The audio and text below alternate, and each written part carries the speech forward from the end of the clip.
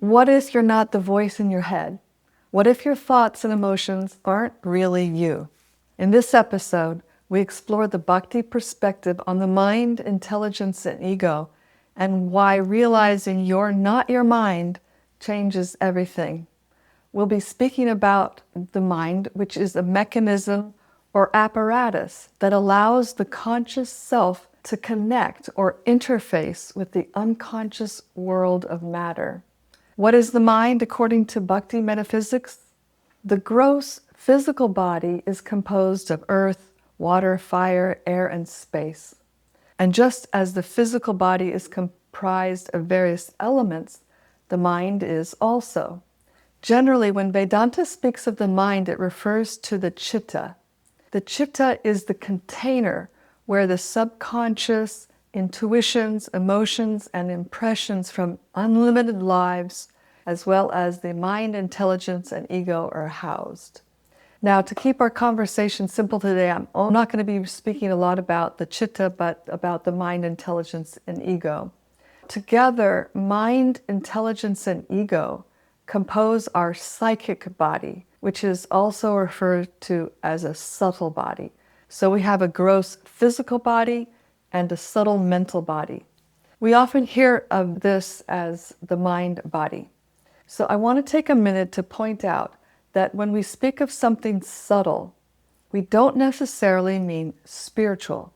There are subtle aspects of matter, as quantum physicists and other scientists can attest to.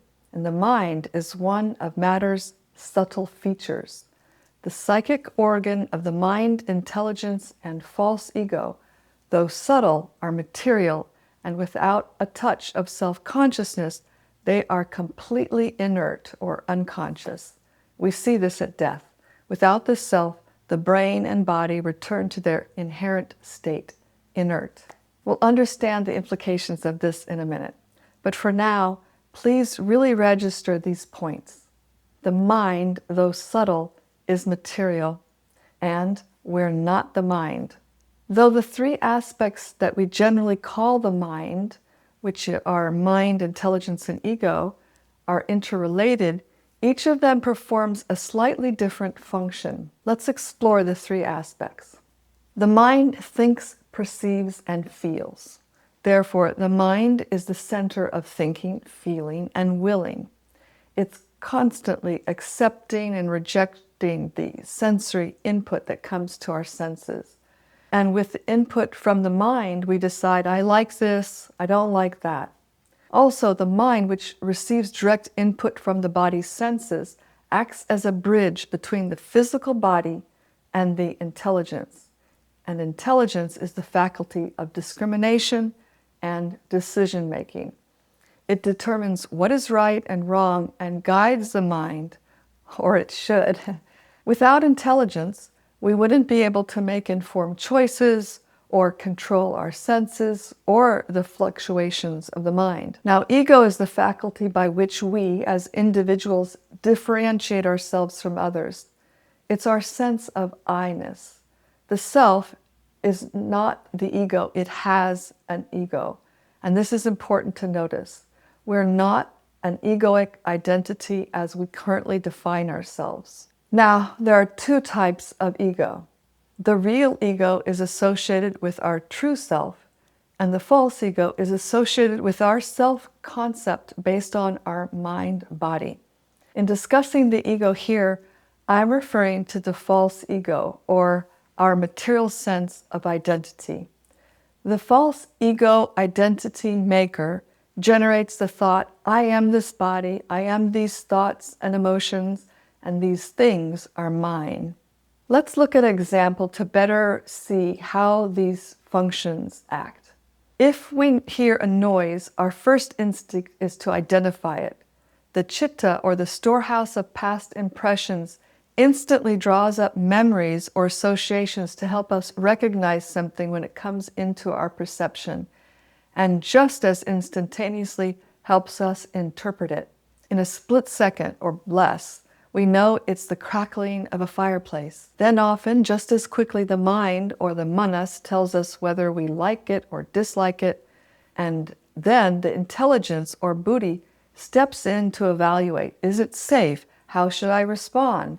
It recalls relevant knowledge, such as how I use fire responsibly. And finally, the ego, or ahankar, interprets the situation in relationship to myself.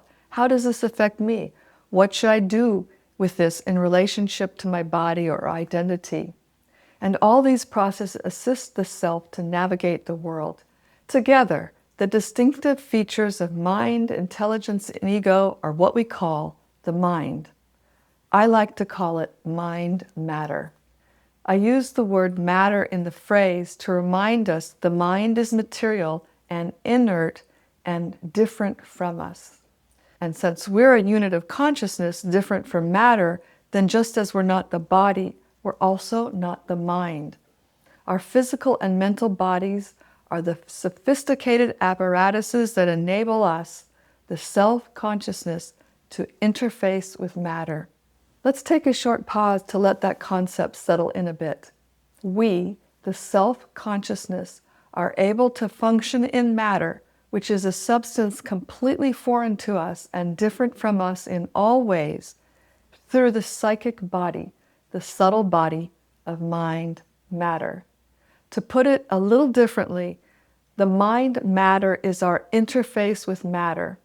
The psychic body is an internal and subtle organ, and it has the capacity to reflect consciousness and its qualities.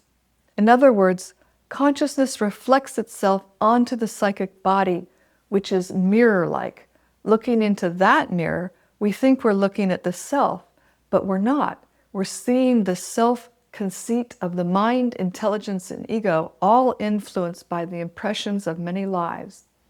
In other words, the reason our mental experiences mirror consciousness is because consciousness lends its qualities to the psychic body.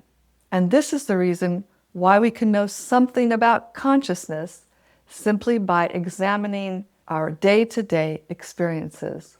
An example might help us visualize the relationship between the self-consciousness and mind matter. So let's say we take a blue object and place it next to a clear crystal. The crystal, by its reflective quality, will appear blue, although in actuality it has no color at all. The psychic organ is like the crystal that takes on the color of consciousness. Consciousness thinks, feels, and wills. Therefore, mind matter appears to feel, think, and will because these are activities of self-consciousness. In fact, the brain and mind are material and so are not capable of experience. Here's another example. The moon's reflection on a lake exists because there is a moon, but there's a difference between the moon and its reflection. It seems like we're seeing the moon, but the actual moon is very far away. We're seeing a reflection. In a similar way, self-consciousness reflects itself onto the psychic body. These days, I find many people pretty easily understand that the self is different from the physical body. However, they have trouble distinguishing themselves from mind matter. That's because our thoughts and emotions feel like us. Because the psychic body is more closely associated with the self, we readily mistake the two. And this is the reason why so many of us, scientists included, think the mind is consciousness. And since the brain seems to be the locus of our mental activity, we often think that mind is the brain. Others believe that the brain is consciousness. Our thinking becomes quite convoluted. We mistakenly think mind is brain is consciousness. Factually, the brain is the brain, mind is mind, and consciousness is consciousness. These three move from gross to subtle to spiritual, respectively. The brain is the physical container wired to work according to the mind's subtle capacities. Mind is the software that runs the computer-like brain, and the mind's software is operated by the person, or self-consciousness. In short, self-consciousness employs the subtle psychic body consisting of mind, intelligence, and ego to manipulate the physical body and to be able to touch the world around it with the senses of the body. And what a perfect mechanical arrangement. Why does the self do this? Because we want to fulfill desires. And we can only do this with a body. If we didn't have a body, how would we interact with objects in this world? When we consider these points, we can begin to be able to distinguish between matter and spirit in our daily lives. Here's a further consideration to indicate how we can recognize the difference between these two energies. Matter is inert and spirit is conscious or sentient. Matter is acted upon and consciousness is the actor. The self-consciousness sees and matter is seen. Just consider how vast is the difference between a table and you. When we take the time to tease out spirit from matter we're surrounded by, we'll begin to locate where enduring meaning lies. We can trust such meaning. Where there is enduring meaning, there is self-consciousness. So we're invited to use the reasoning, discriminating faculty of our intelligence to separate our true self from the mind-body so we can know who we really are. Then we can use our intelligence to detach ourselves from our thoughts, emotions, judgments, perceptions, and identifications.